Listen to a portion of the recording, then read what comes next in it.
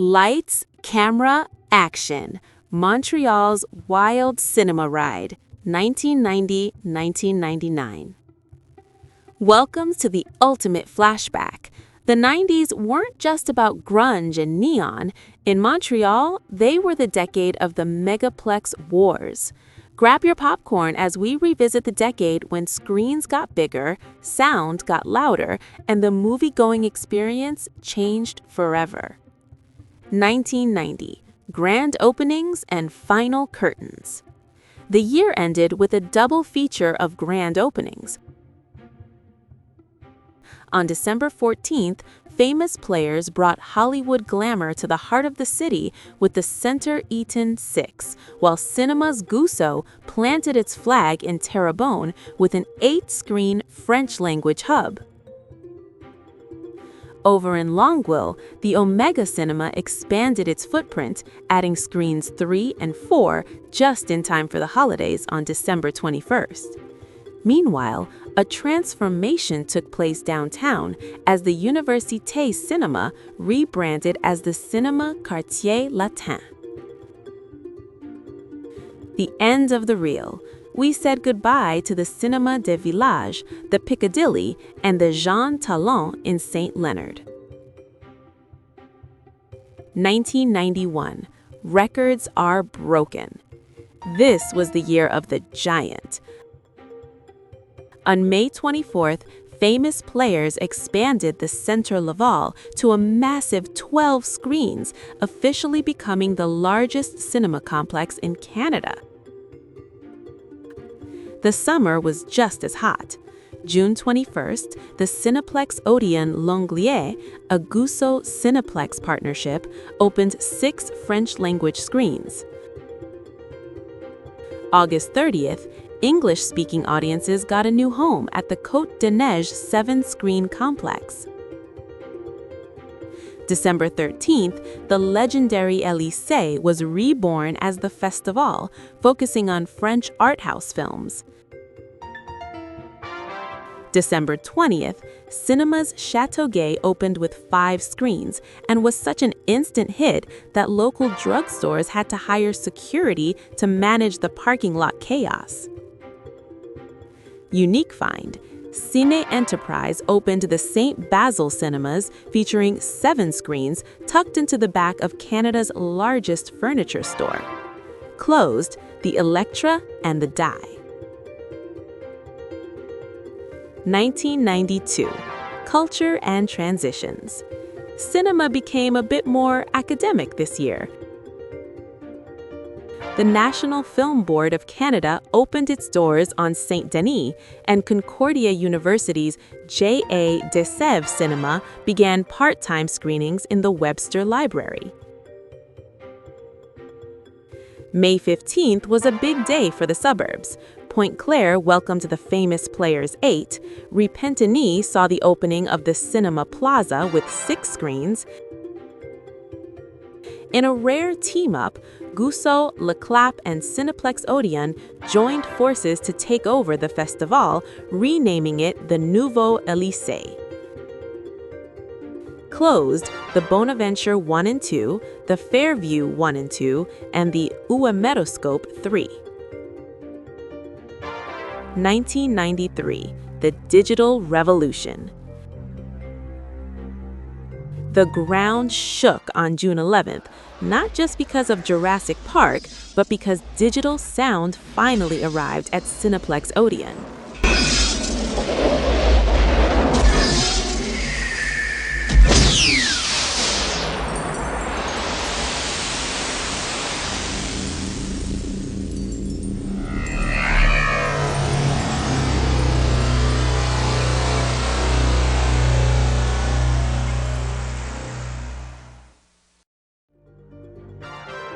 The expansion continued. May 28th, Gousso opened the Plaza Sainte-Thérèse, 8 screens. December 3rd, Cineplex Odeon brought 6 screens to Boucherville. Growth.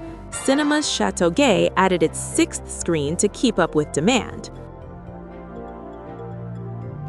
Closed, the Cinéma des Plateaux, the Commodore, the Nouveau Elysée, and the Rialto as a cinema.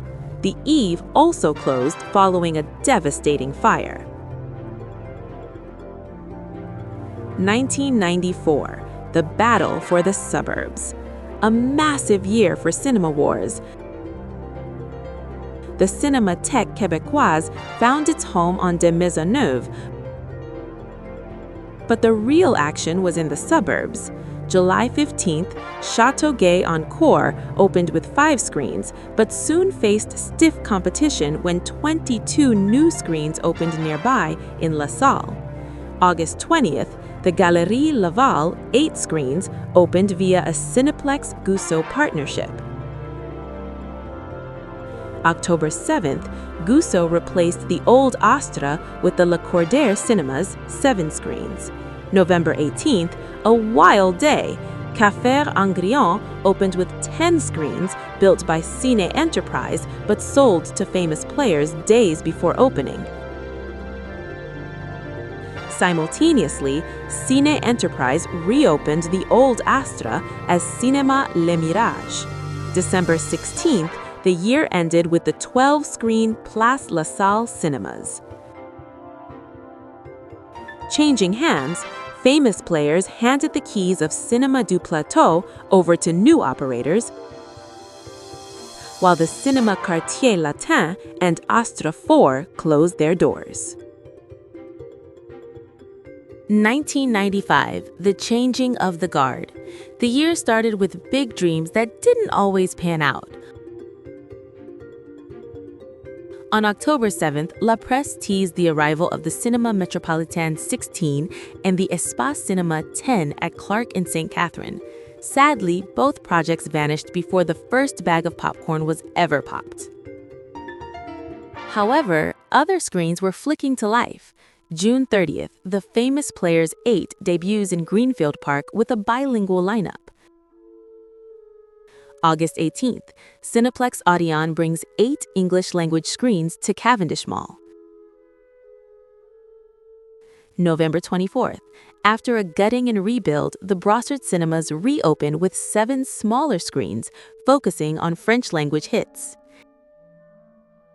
In a touch of class, Famous Players donated the iconic Imperial Theatre to the Montreal Film Festival, while Cinemas Gousso kept growing, adding screens 8 through 11 to the Lacordaire in Saint-Lénion. Farewell to Cinéma de Paris, Nouveau Elysée, Sun Co-Wa, Chinatown, and Omega 4, Longueuil. 1996, explosions and expansion.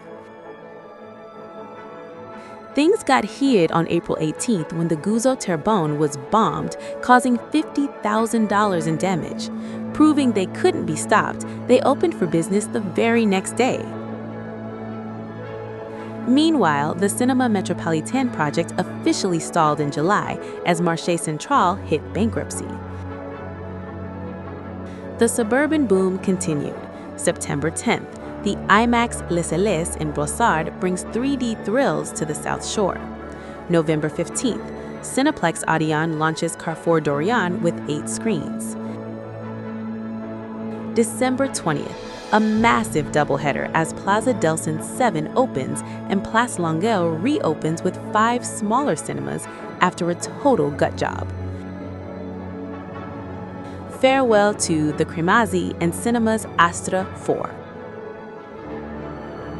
1997, the Megaplex era begins.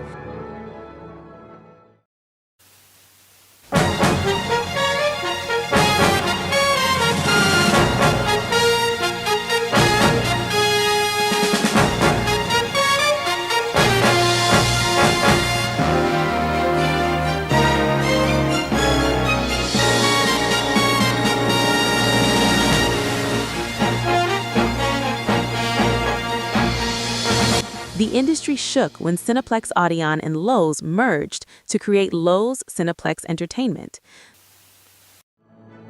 The real revolution, however, started on March 28th in Saint Eustache, where the Mathers Group opened Canada's first all-stadium seating cinema. December 12th, the Quartier Latin opens its doors. With 17 screens, it becomes the most prestigious French-language cinema outside of Europe. December 19th, Cineplex Odeon St. Bruno opens with cutting-edge sightline seating. Shifting gears, Cinema's Chateauguay 6 is rebranded as the Carnival 6, while Cineplex Odeon takes the reins at Chateauguay Encore. Farewell to Cineplex Odeon Laval 1 and 2 and Famous Players Greenfield Park 3. 1998, Battle of the Giants. The industry trade Box Office sent shockwaves in May, reporting that the upcoming AMC Forum 30 would be the world's largest theater, with a staggering 7,300 seats. Guzzo wasn't sitting still, though. July 10th, Des Sarces opens with 10 English-language screens. October 23rd, the massive Megaplex Techereau opens with 18 screens, briefly holding the title of Canada's largest cinema complex. Pensez cinéma. Pensez cinéma Guzzo. Le dernier crayon son digital, des écrans géants flottants courbés, une visibilité parfaite et tout en confort, comme vous en avez l'habitude au cinéma Guzzo. Mais pour rajouter à votre plaisir un nouveau concept, une aire de jeu, auto-tamponneuse, quilles, jeux de réalité virtuelle, carrousel et des jeux d'enfants gratuits. Pensez grand. December 11th, the Megaplex Pont-Vieux adds 16 more screens to the Guzzo empire. Farewell to the Barry 5 as a cinema and De Carey Square 1 and 2. 1999, the end of an era. The millennium ended with a total transformation of downtown Montreal. May 14th, Guzzo opens the Megaplex Spheratech in Saint Laurent. June 1st, for the art house crowd, Excentris opens its doors, integrating the Parallel cinema. Get up close and personal with the Famous Players IMAX 3D experience at the Paramount Theater. You live to play.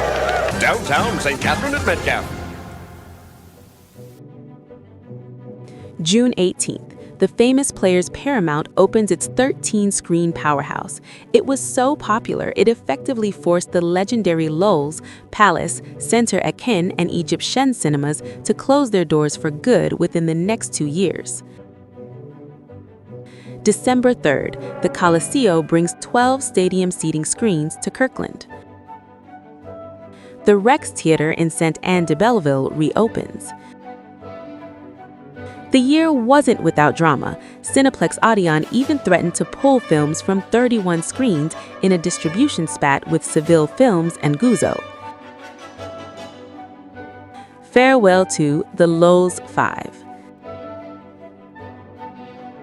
Thanks for watching. If you enjoyed this trip down memory lane, remember to like and subscribe.